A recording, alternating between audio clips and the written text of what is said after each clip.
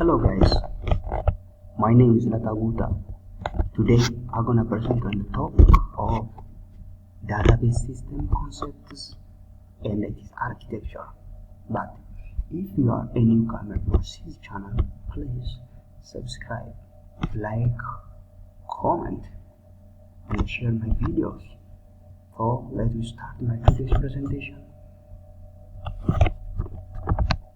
The first one is the outline of my topic or my chapter presentation has an outline. The first one is about database modeling and schema instances. Second one is about database management system architecture and the data independency. The third one is about database language. Since database have own language, we will see some database language and its interface. The fourth one is about database systems and its environments. The last one is about the classification of database management systems. Let's start with the first question. What is schema? When you say schema, what is schema? How we can define? When we say schema, a schema is a description of a particular collection of data. It means that anything which describes a particular collection of data is what we call is a schema. And also it is giving data model. And also describing description of what it is a particular collection of data. Whenever we store a lot of data in a database, the description of each data which is stored in a database is what we call is schema. And also we can say that schema is a definition of database. Any definition of database or anything which defines the database is what we call is schema, by means of the stored data in a catalog form. A means of data stored in a catalog form is also what we call is a schema. The other one is if we say any description about a particular collection of data is schema. What is database schema? To say database schema, a description of database itself is what we call is database schema. The other one is the core concept about schema is you must identify or you must specify database schema before you start to implement some kinds of action, before you take some kinds of action. It means that before starting anything, you must start to identify the specific schema for your relational database.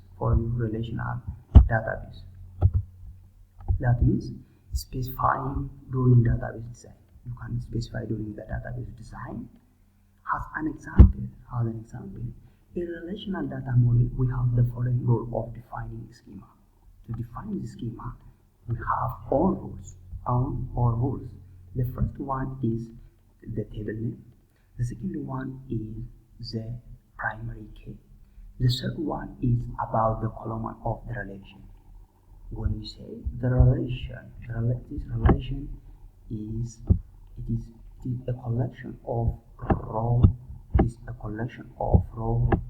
And columns. It's a collection of rows in a column. So where we put the column in case of a schema, so you must identify first of all you must know this concept. So the table name is put outside of the parentheses. You can put the table name outside of the parentheses. That means table name is outside of the parentheses. The second one is the column name is inside the parentheses. We put the column name inside of the parentheses. The third one is we underlining the primary key to identifying from the other column. Any person or any designer of a database must underlining the primary key. Let me see this example. As you see from this example, this is a student.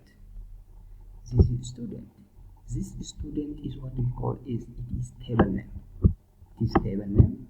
So we put outside of the parenthesis. The second one is SID, name, age, and sex. These all 1, 2, 3, 4. All these 4 columns is put under open and closed parentheses. That means we have 4 columns. From this relational table. But how we can identify the primary key from these columns? To identify the primary key of this column, we only check the underlined one. So the underlined one is SID. So this SID is what we call is the primary key of this relational tables. The primary key of this relational table is what we call is SID. So we can specify the necessary schema during we start the design of the database.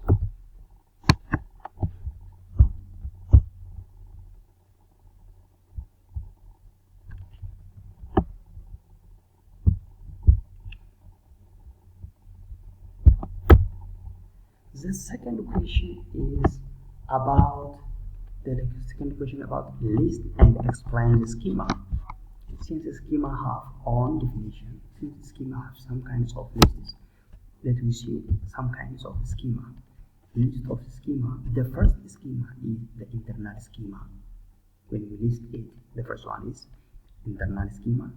The second one is conceptual schema. The third one is external schema. When we list the schema, we have 3 schema. The first one is internal, the second one is conceptual, the third one is external schema. The second question is about explain each listed schemas. So when we say internal schema, to describe the physical storage structure and access path. One of the main goal of internal schema is to identify what the access path. The first one is to identify the access path. The second one is to describe the physical storage one. It only focus on the physical storage. It only focus on some physical storage, and also the access path of the schema. Typically use physical data model. This is typically what we call is store some physical data. The second one is conceptual schema. When we define or when we explain the term conceptual, it describes the structure and constraints for the whole database. It is used to describe the structure. It is used to describe the constraint or the rules we will use in our database. So we can say that any description about structure of the database or any constraint we may use to store a data in a database is defined under the conceptual schema. The third one is external schema. When you say external schema, it describes the various user view. This is most of the time we can say user view schema. User may be interact with the database by using this external schema, so it describes the user view of the schema. Let us start with the third question. What is database state? When we say database, data in a database at a particular time is what we call is database state.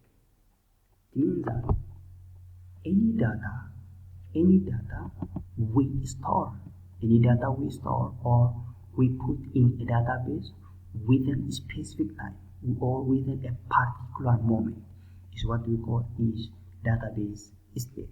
And also we can say database state is the snapshot. It is snapshot. We can also say database state, the other name of the database state is the snapshot. And also it is called as the current set of occurrence or instance in a database. Current occurrence or instance in a database. Every time when we insert or deleting a record or change the value of the data item in a record, we change one state of the database into another state. For example, whenever you insert the data, you inserting some data state in a database. Or whenever you delete some kind of record or some kind of data from a database, you deleting some database state from the database. So we can say that we can inserting or we can deleting the data from the database. Whenever we inserting or deleting the data from the database, the data within that particular time is what we call is database state. The fourth question is about what is database management system. When we say database management system, it is a computerized system that enables users to create and maintain database in a form of computerized system that enables users to create and maintain a database is what we call is database management system. The other one is it is a collection of programs that enable users to create and maintain the database. Since it is a computerized system, it allows a program that enable users to create and deleting or maintaining the data from the database. And also, this database management system is general purpose software. It is a general purpose software system that facilitates facilitating the process of defining, the process of constructing, the process of manipulating, and the process of sharing of database among various users and applications. It is a general purpose software system.